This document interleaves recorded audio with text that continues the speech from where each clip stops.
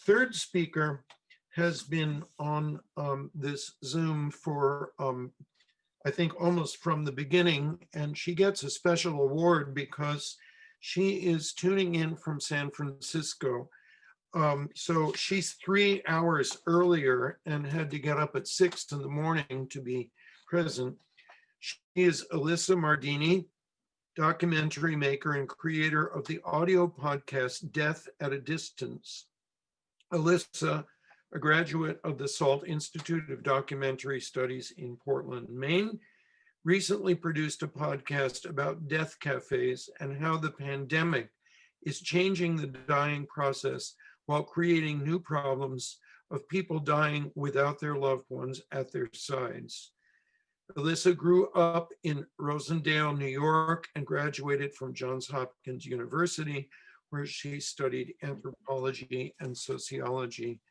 Elissa, thank you very much for joining us today, and thank you for getting up so early in the morning. It's a pleasure to have you with us. I hope you are still with us. Hi, everyone. Thanks for having me. I'm still here. Yeah, I woke up super early and I got to see the sunrise, which was lovely. I was in Maine back in the spring when I did my project when I was attending the SALT Institute. I grew up in upstate New York, and then I went to Johns Hopkins University. I studied anthropology and sociology there, and I graduated in 2017, so almost 4 years ago. After I was in college, I worked in the outdoor industry, and I was leading trips, backpacking trips, and skiing a lot. And then I decided I wanted to get back into working with people and studying people's behavior and talking to people. And so I became interested in journalism and radio. And I attended a program in Maine, which is called the SALT Institute. Some of you might be familiar with it. It's based in Portland. And it's a documentary studies program at the graduate level. So SALT offers documentary storytelling programs. Last semester when I attended in the spring, they were just offering the audio track, and now they offer an audio and video track. And it's a 1 semester program where the students end with a graduate certificate. So I studied the audio track, and I ended up doing a feature project, which is our final project for the semester.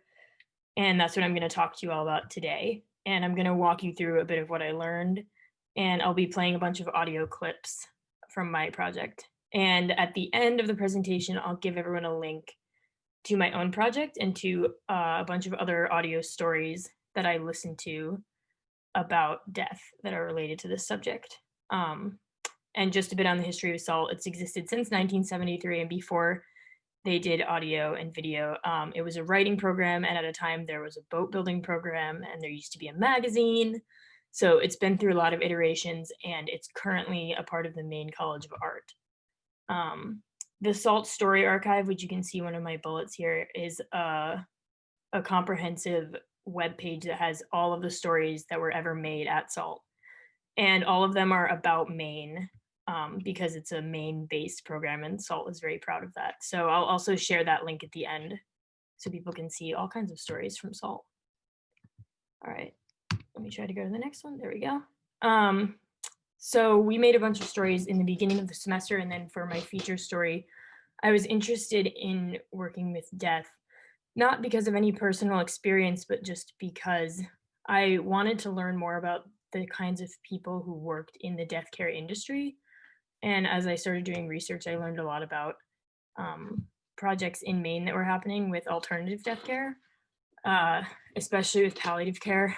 And I started talking to a lot of people in that realm. And some of those people are here today and were here earlier, including Nancy.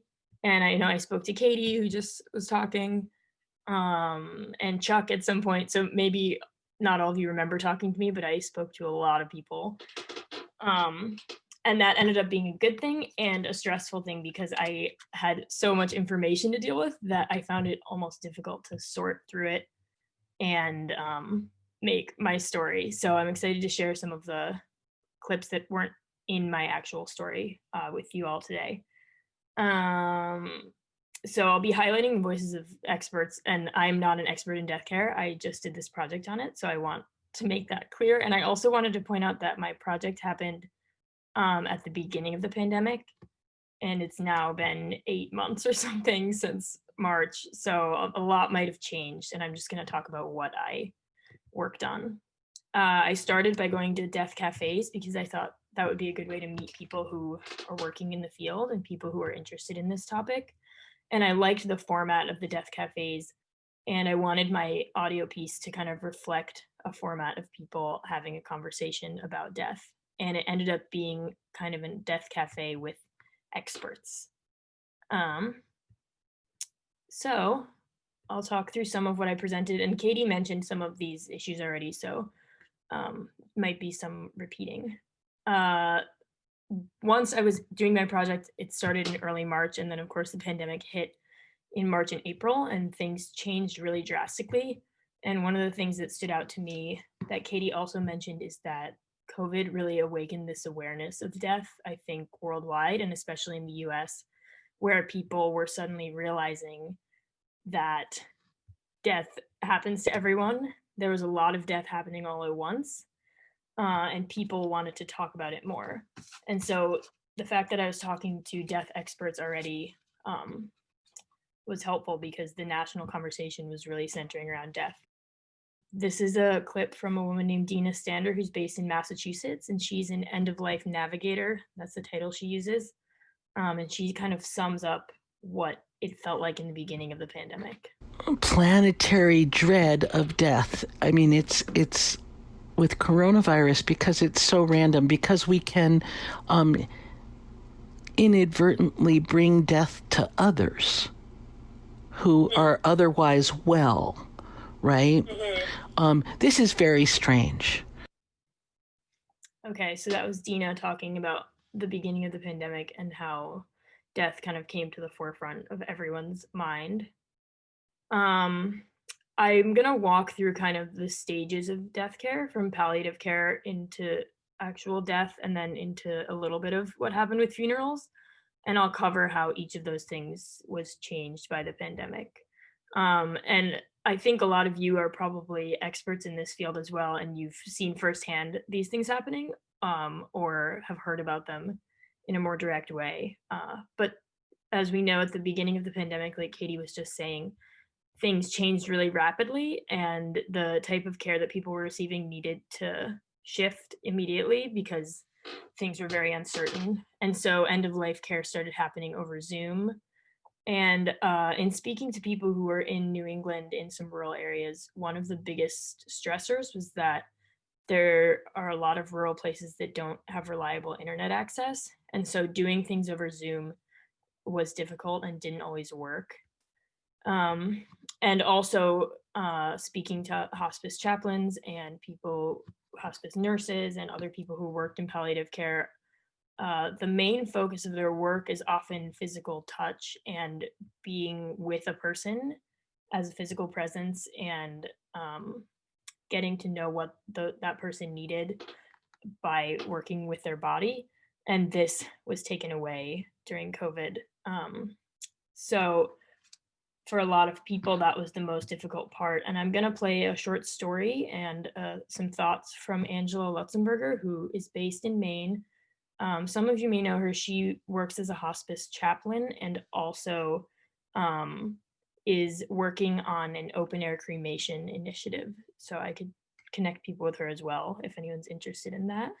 There was a person that I was going to go and see on Friday, but that changed. She's been declining quite a bit. And so we tried a Zoom call, which we're also allowed to do with patients, but she wasn't kind of lucid enough to really engage it. Even though she wanted to, so much of the communication, I know that is at the core of what I do with people, is nonverbal. There's a lot of communication happening with people's silences and in their bodies. And so this problem was coming up for a lot of people I spoke to who worked in death care, and it was interesting to me because it kind of negated what I had been learning earlier in the project when I first started in March, which is that a lot of the new death care movement and alternative death care focuses on building comfort with death and with illness, and helping people become closer to their loved ones who are dying, and to touch their loved ones and to sit with them and talk with them. And when COVID hit, suddenly all of that work seemed to be negated kind of quickly, where it's like, okay, we can't even enter the building where these sick people are because this illness is so contagious. Or even if they didn't have COVID, death kind of became depersonalized and separated. And I will get to positive parts of this at the end. I'm just going through how it felt in March and April in the very beginning. Another concern that kind of stood out to me, and we'll have a positive swing on this after, but was just people not being able to be present at the death of a loved one. And it came up a lot that people had certain expectations of how a death might go, and then that expectation wasn't able to be met because of COVID. And another person I spoke to was Leslie Furno, who worked in palliative care as a physician and also worked in a hospice. I met her through one of the death cafes that I attended. And for her as a healthcare professional, she felt that people not being able to attend someone's death was a major issue. So here's a clip of her, which I accidentally played earlier, but you can hear it again. So not being able to be with your mother when you promised her you would be with her till the end, and then being told you can't, that's a traumatic event that's going to cause some PTSD. So this was especially stressful in the beginning, and was a major issue. But as I kept talking to people throughout April, it was brought to my attention that a lot of times, even when there's not a pandemic, people are dying alone. And it's not always expected or common that family members will be able to be at the side of a person who's dying at the moment of their death. And a few of the people I spoke to that I interviewed mentioned that as a society, we've been becoming more comfortable with distance as people move to different cities and as people move to different countries. Managing our relationships over the internet or remotely has been a pattern that has been happening.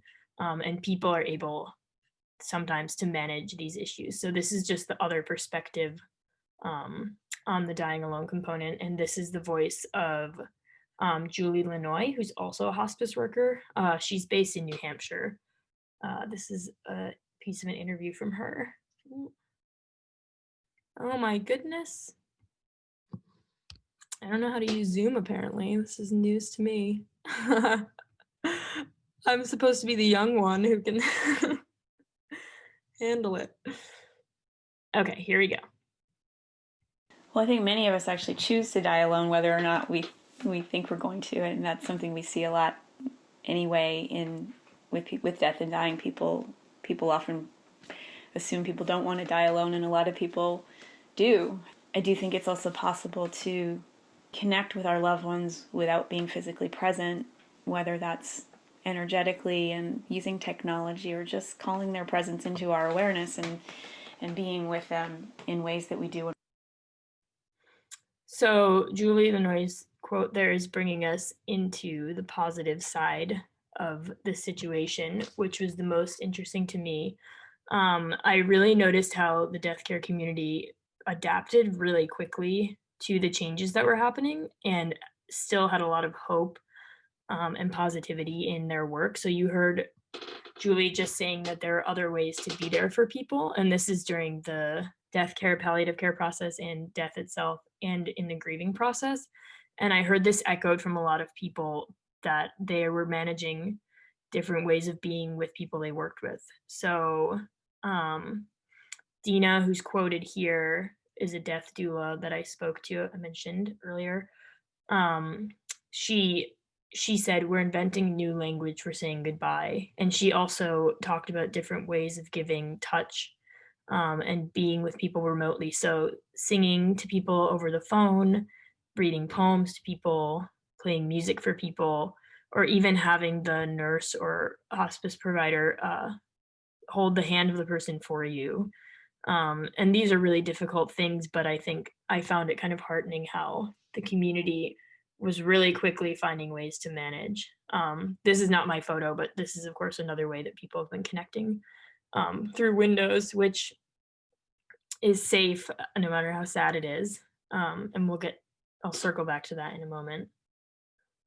Okay, and then Katie, I didn't put a ton of information on this because I knew that Katie was going to speak and would cover some of this information. This is also not my photo, but we've seen different ways that the funeral industry has adapted. And I think this is something I want to hear from, if people wanted to discuss for a few minutes at the end, how you all have seen since the 8 months have passed during the pandemic, how you've seen things change.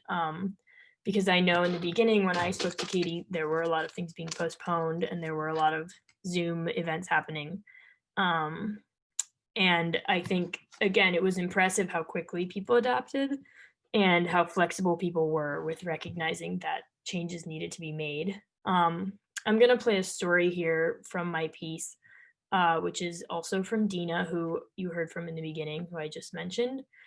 This is a story of a friend of hers who had an experience with a difficult funeral at the beginning of the pandemic. Uncomfortable in the midst of COVID. She's been very sick and very uncomfortable, in the midst of which her mother died. And it's a huge Portuguese family. They are used to funeral rites and a mass and a big wake and a lot of hugging. A lot of hugging. Just hugging. Not only can she not go to her mother's funeral, what the community has decided to do is a viewing with the coffin outside the funeral home and a drive-by. The group of 10 who were allowed to got out of their cars and witnessed the burial, and everyone else watched from inside their cars. You can call your friend, she's stuck at home. Nobody can come visit her afterwards. I'm just wondering if you feel like that can be enough. It's enough for the moment. As an end-of-life doula, what I could do was laugh and cry with her on the phone, hear the story and affirm that what happened under the circumstances was enough connection, the blessing of enough. So that's Dina. She's a lovely person who really brought a lot of hope to my piece through her work. And she was very hopeful even in the beginning during these difficult times, and worked with a lot of people over the phone, which I think is still happening. Okay. I wanted to include another metaphor, which spoke to me as I was doing this project, which is that the pandemic brought up not only all these changes in actual death care, but brought up a lot of grief kind of worldwide and nationally. So grief, I guess before I started this project, I thought of as just kind of dealing with the loss of a person. But grief can actually mean just dealing with being separated from something or dealing with losing something that matters to you. And people during this pandemic have been grieving all kinds of things. And I think that's also why talking about death and death care is so important, because I think it can apply to the way that people deal with loss every day, whether or not it's the loss of a life. So this is another quote from Julie Lanoy, who's a hospice nurse that we heard from earlier. Let's see. Oh my goodness. Okay. I'm hoping that one of the things that emerges is more dialogue, more preparedness, more conversation with loved ones about people's wishes, and also hopefully a shift in how our country faces grief. We are not great at bereavement, and as a culture, as a country, and there's going to be a lot of it. There already is. People are grieving whether they've had a loss yet of life in their family. People are grieving losses related to their jobs, their job identity, their contact with family, their social circles, their routines and way of life. There's a lot of grief happening, and we need to get better at how we support each other with it. So this kind of brought up the concept of practicing dying every day, which is something that someone I interviewed mentioned, which is just that we can practice letting go of things, and use these methods of supporting each other and helping people grieve, even for everyday losses, like the loss of a job. And then my piece ends on hopefully a positive note that Dina brought up, which is seeing all of the things we're doing, the social distancing we're doing, as an act of love, and finding ways to kind of still authentically engage with each other, despite the difficulties of not being able to be together. And this is a quote from someone else I interviewed, which says, "We don't need to be experts, we just need to be present. And it's not just to death, it's to life." And I'm gonna play you the ending of my piece here, and then I have a few more slides, and then we can discuss things. Okay. 1 second. All right. Dina sees it as an act of love. We keep thinking it's negative. And it is. It's painful. And it's what we do to keep each other safe. It's loving. It's very painful, and it's loving.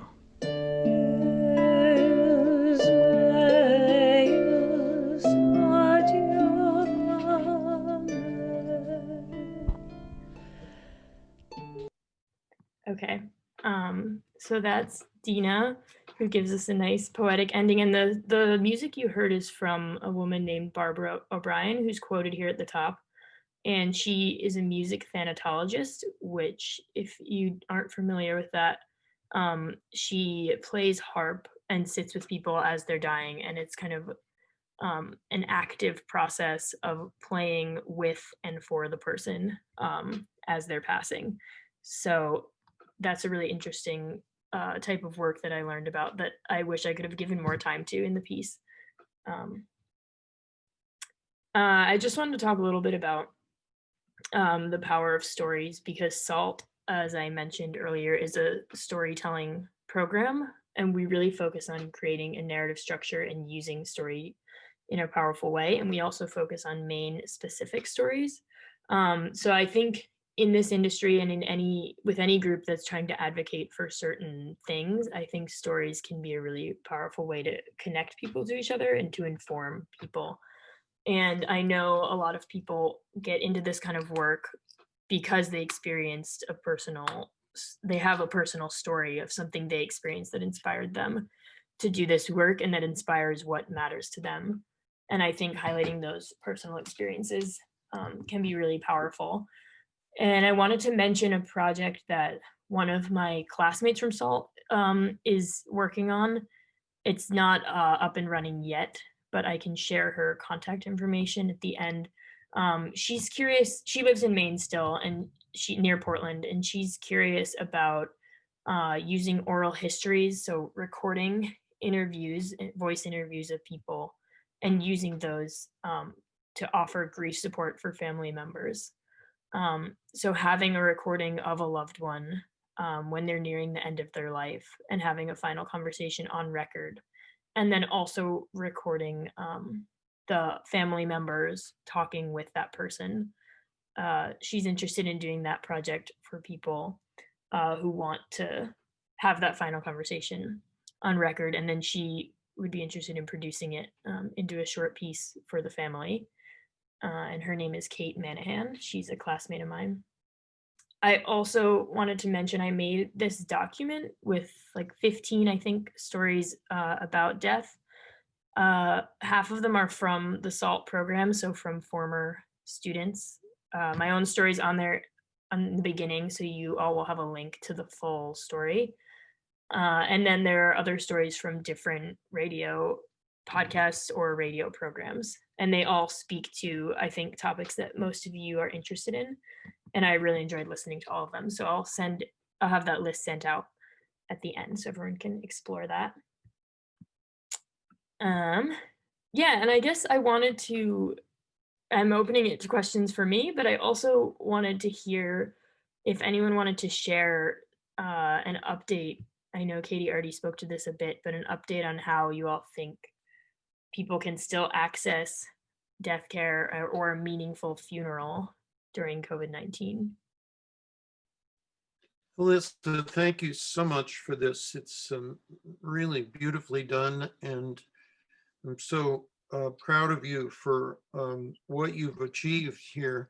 You say you're not an expert, but I think in learning the story and collecting all of these stories, you've become a kind of expert on your own. And it's especially moving to me to see someone at your age interested in this subject. It was stated earlier that most people get involved in questions like this when they're older, but the fact that you're a young person devoting your time and your talent to exploring these questions is a real tribute to you and very encouraging to those of us who have white hair. So thank you very much. And again, thank you for getting up so early.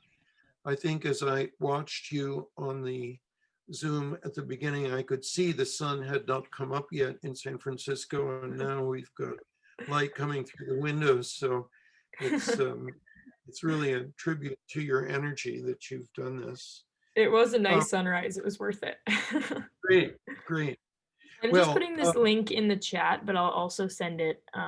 That's a link to radio stories that hopefully everyone should be able to access. Elissa, I'm going to read you some of the things that people have been writing in here. Thank you, Elissa. Keep up the good work. From someone else, thank you for such a touching, inspiring, informative presentation. I so appreciate it. And Katie Reposta says, great job, Elissa. Valerie, our first presenter, amazing job, Elissa. And someone else has written, a silver lining of COVID has been folks taking advantage of home death care before calling funeral or cremation service. And someone else thanks you, Elissa, for this presentation. It's wonderful. I wanted to mention also that your daughter, that Tony's daughter, went to the SALT program as well, and that was a connection there, and that she is working at NPR very successfully. So you could probably find her old stories as well on the SALT Story Archive. That's true. She's the producer of radio broadcast, a podcast on a national public radio called Rough Translation. And she is indeed an alumna of SALT Institute, and I'm going to recommend that she watch what you just produced. So good going, Liz. I'm very proud of you.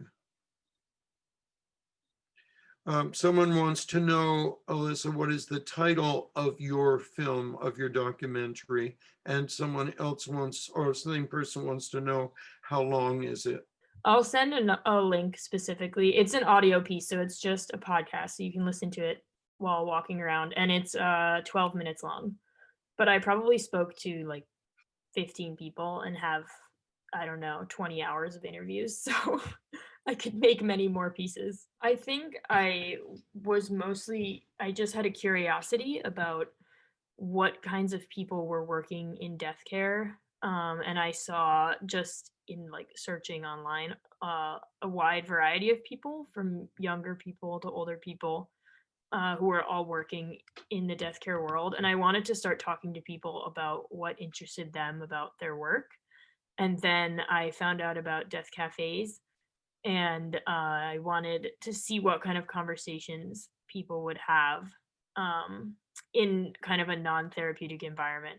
Because of course, as a young person, I'm 25 now, the topic of death is barely spoken about among people my age, but I know even from my high school class, which was only 160 people, there have already been 3 deaths since I graduated high school. And I think that I wanted to see if young people could start having more of a conversation about these things. And I thought by me doing a project, it would raise a little bit of awareness. Val Lovelace has a story to tell about a Zoom funeral. Val, if you're still there, click on and tell us the story. Thanks, Anthony. And Melissa, I just want to congratulate you on your project. And I have great admiration for the SALT program. Someday I want to do that program as well. I recently attended a Zoom funeral for a beloved athletic coach who actually died here in Maine using the Death with Dignity law. And his family organized did an amazing job organizing a Zoom event. What I found astonishing was 240 people came to his funeral via Zoom. And they were people who even in non-pandemic times might not have been able to travel to Maine for it. There were people all over the country and a couple of folks even from overseas. And so many folks shared these wonderful stories about, the coach that they loved, or the father, the husband, the brother. And there was music and a happy hour. And it was just the most amazing funeral I have ever attended. So, technology does make it possible, even in these times where we can't touch one another or be closer than 6 feet to one another. There still is a way to have that intimacy and the beauty of shared story for those that we lose and grieve over. There's this other really beautiful radio piece that was made by the New York Times podcast called The Daily, which talks about something similar, where it's a funeral on Zoom that has hundreds of people, and it's on the list of things that I sent in that document. But yeah, that's one good silver lining of this whole thing. I've experienced a Zoom funeral also. For those of you who don't know me, I'm a professional musician, a church organist, among various other musical duties. And we had a member of our parish who died, and they decided to do a Zoom funeral. I do not remember the name of the funeral home that took care of it, or maybe it was an intermediary. But I had to perform a new function, which was at first a surprise to me, but then I think I'm going to have to get used to this. Instead of playing for the funeral, the family gave me a list of the deceased's favorite pieces, and my job was to go on YouTube and pick the best recordings, video recordings on YouTube of organists playing these famous pieces, rather than my having to learn them. And at first I thought, well, gee, I'm out of a job. But then I realized what a fantastic source of beautiful performance there is if funerals can allow people to choose recordings on a site as huge as YouTube.